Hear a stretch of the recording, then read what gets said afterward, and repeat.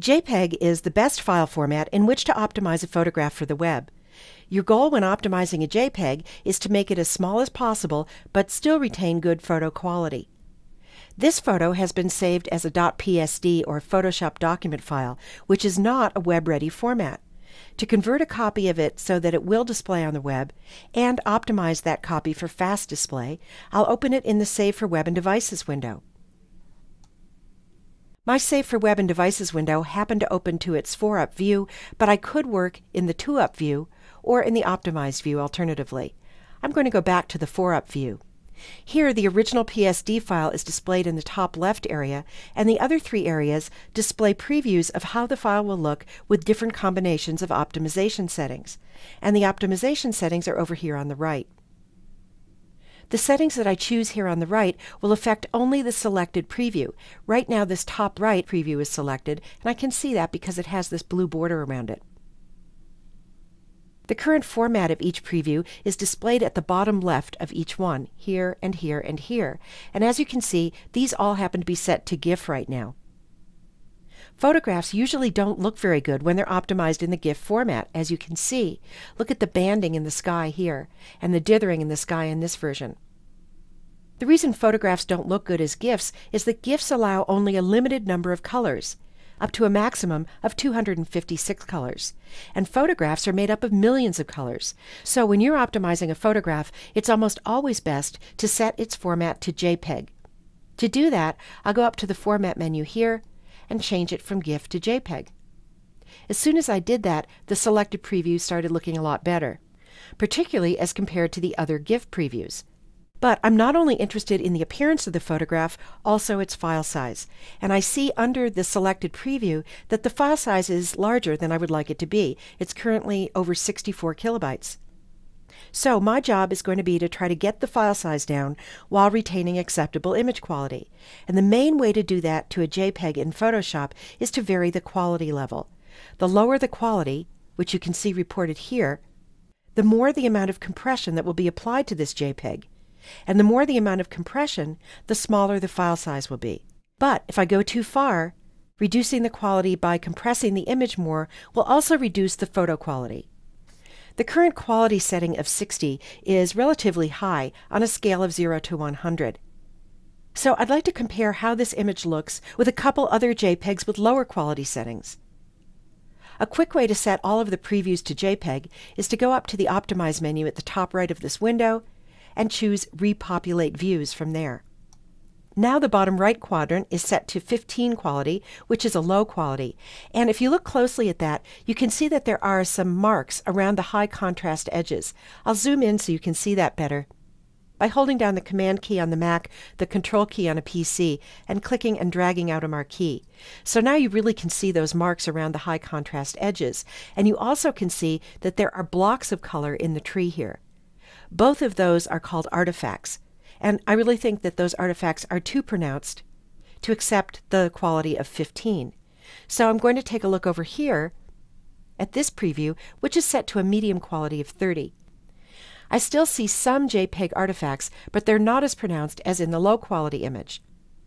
So what this comparison has done for me is tell me that I want my quality to be somewhat higher than 30, but I don't need it to be as high as 60, where the file size is too large for my taste. I'm going to zoom back to 100% for a more realistic view. A shortcut for doing that is to come to the toolbox and double-click the Zoom tool. And that zooms all of the previews back to 100%. I'm going to click off the Zoom tool to another tool, so that when I click on the top right quadrant to select that preview again, I don't end up zooming back in.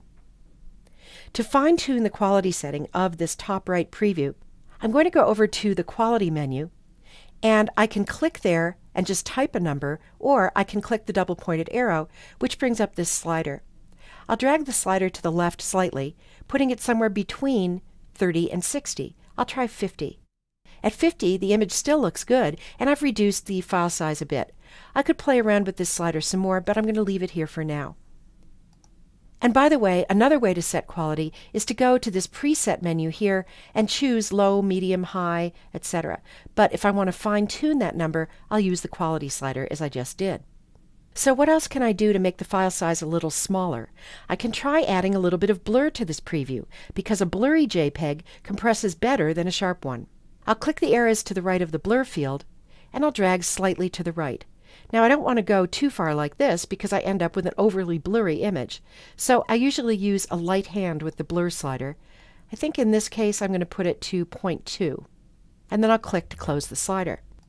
The image is still looking good, and I've managed to reduce the file size another 2 kilobytes or so.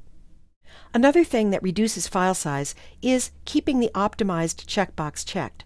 So as I uncheck this, notice that the file size increases slightly, and if I keep it checked, the file size remains a bit lower.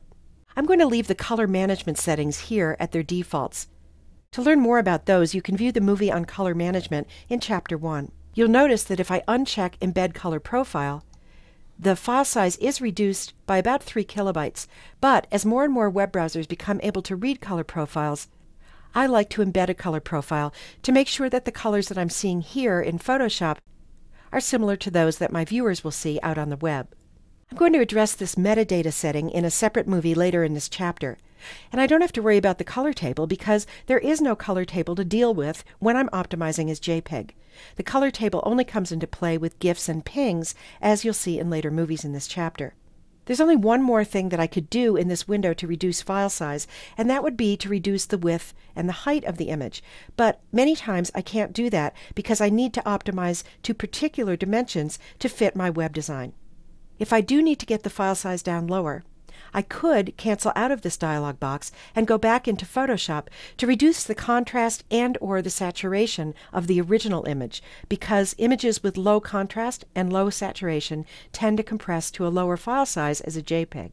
So to do that, I'm going to click the Done button, and here in Photoshop, I'll add an adjustment layer to reduce contrast.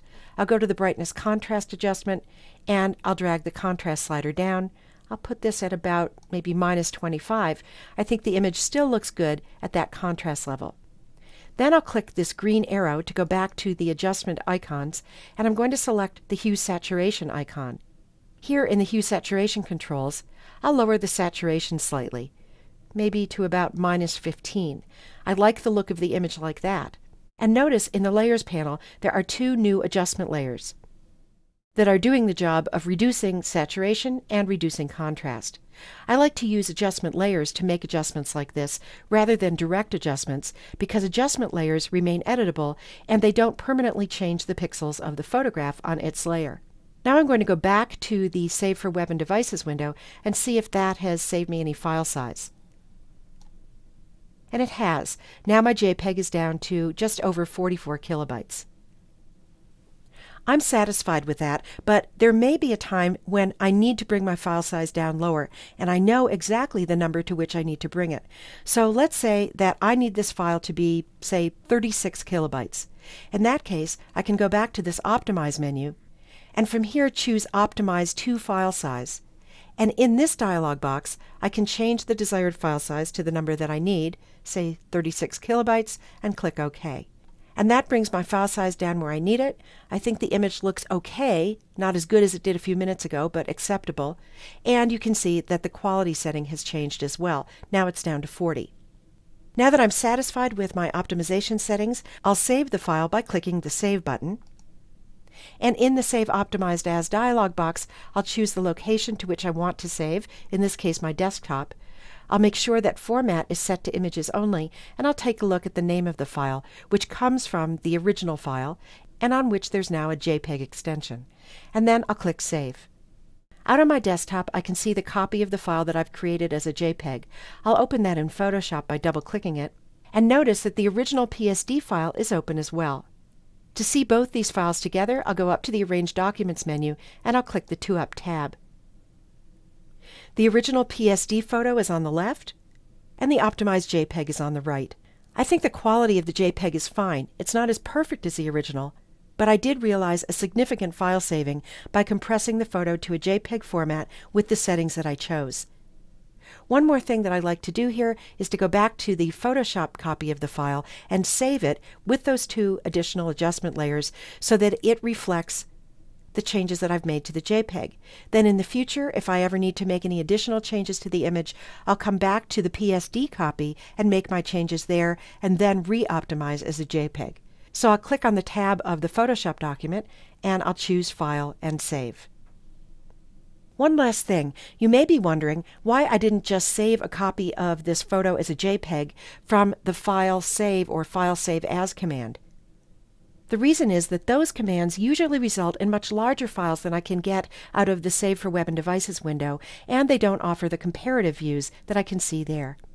So, whenever you're optimizing a photograph, or sometimes a graphic that has glows or gradients or drop shadows or other effects made up of continuous tones, try out the techniques that I've shown you here to get a JPEG that's relatively low in file size and still looks great.